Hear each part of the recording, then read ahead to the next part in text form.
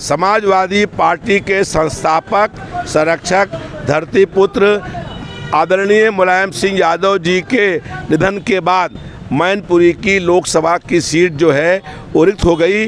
वहाँ पर समाजवादी पार्टी का जो प्रत्याशी चुनाव लड़ेगा वो बहुत भारी अंतर से वहाँ चुनाव जीतने का काम होगा। पार्टी के प्रत्याशी का चयन बहुत शीघ्र ही कर लिया जाएगा। ऐसे ही रामपुर में मोहम्मद आजम खान वहाँ से विधायक थे और वो एक सज़ा उनको कर दी गई। 2019 में एक भाषण देने के आरोप में उनको सज़ा करने का काम हुआ और विधानसभा के अध्यक्ष ने 2 घंटे के अंदर ही मोहम्मद आजम खान को विधानसभा की सदस्यता से निलंबित करने का काम किया। दूसरी ओर मुजफ्फरनगर में भारतीय जनता पार्टी के विधायक विक्रम सैनी मुजफ्फरनगर 2015 में हुए सांप्रदायिक दंगा के आरोपी थे, उनको भी कोर्ट ने सज़ा करने का काम किया। सांप्रदायिक हिंसा और दंगा के आरोपी भाजपा के विधायक विक्रम सैनी पर कोई कार्रवाई सज़ा होने के बाद भी नहीं हुई। लेकिन रामपुर में जो उपचुनाव होंगे उसमें भारतीय जनता पार्टी को हम लोग बहुत भारी अंतर चुनाव हराने का काम करेंगे। पार्टी किससे लड़ा सकती है रामपुर में?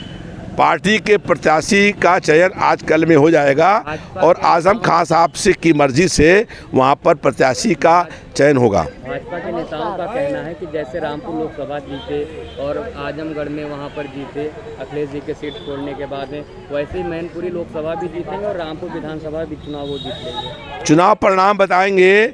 मैनपुरी में समाजवादी पार्टी का प्रत्याशी बहुत भारी अंतर से चुनाव जीतेगा और ऐसे ही रामपुर में मोहम्मद आजम खान को गलत तरीके से विधानसभा से निकालने का काम हुआ है। वहाँ की जनता फिर से समाजवादी पार्टी को बहुत भारी अंतर से चुनाव लड़ने का काम करेगी। शिवपाल जी वहाँ मैनपुरी में और रामपुर में क्या समर्थन करेंगे अपना कैंडिडेट? निश्चित रूप से शिवपाल यादव जी जो है वो समर्थन करने का काम करेंगे और भारतीय जनता पार्टी का विकल्प केवल समाजवादी पार्टी है। लड़ाई सीधे भारतीय जनता पार्टी की सापा से होगी और कहीं कोई पार्टी लड़ाई के मैदान में नहीं है। गोला गोकरणनाथ चुनाव की वोटिंग पूरी हो चुकी है, आपने अब वहां पर काउंटिंग होने वाली है। गोला गोकरणनाथ के चुनाव में जो विनय तिवारी हमारे प्रत्याशी थे उनके चुनाव जीतने की पूरी संभावना है। भारतीय जनता पार्टी की सरकार ने चुनाव के कुछ समय पहले 4 अधिकारियों का ट्रांसफ़र करके अधिकारियों को डराने का काम किया और ये कहा गया वहाँ पर कि सरकार तो चाहे एक विधायक कोई जीते, सरकार तो हमारी रहेगी। इस तरीके से भाषा का इस्तेमाल करके अधिकारियों को डरा करके बेईमानी करने का काम किया गया। उसके बाद भी मुझको ये संभावना है कि समाजवादी पार्टी के प्रत्याशी विनय तिवारी जी भारी अंतर चुनाव जीतने का काम करेंगे। सपा के राष्ट्रीय अध्यक्ष अखिलेश यादव जी ने 2022 विधानसभा चुनाव में वोटर लिस्ट थी उसमें गड़बड़ियों को लेकर एक विशेष समुदाय और विशेष जाति के वोटों की कटौती को लेकर बयान दिया था, जिसको लेकर चुनाव आयोग ने उनसे जवाब मांगा था। उसके बाद में पार्टी की तरफ से यहाँ पर तमाम पदाधिकारियों की वोटर लिस्ट मांगी गई थी।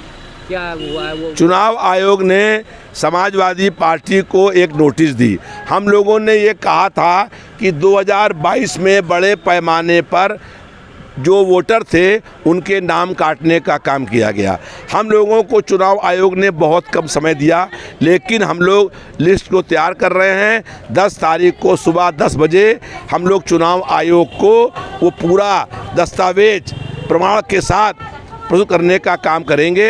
हम लोगों ने बहुत बड़ी संख्या में लोगों के नाम पकड़ लिए हैं और हम लोग सब तैयारी कर रहे हैं। पूरी तैयारी के साथ 10 नवंबर को राष्ट्रीय अध्यक्ष जी की अगुवाई में हम लोग उनको ज्ञापन देने का काम करेंगे। अगर आप आरोप सही साबित कर ले गए तो आप चुनाव आयोग से क्या मांग करेंगे? हमारे आरोप से के बाद हम चुनाव आयोग से मांग करेंगे कि पूरे प्रदेश भर में इसकी जांच और भी कराई जाए और अगर ये हमारे आरोप सही हैं तो भाजपा की प्रदेश सरकार को बर्खास्त किया जाए, क्योंकि ये सरकार बेईमानी करके जनता के वोट काट करके सरकार बनी है। हमारा कहना है कि मतदाता को वोट देने का मौलिक और संवैधानिक अधिकार है, उस अधिकार को भारतीय जनता पार्टी की सरकार ने छीनने का काम किया है। इसलिए भाजपा की प्रदेश की सरकार को बर्खास्त किया जाए।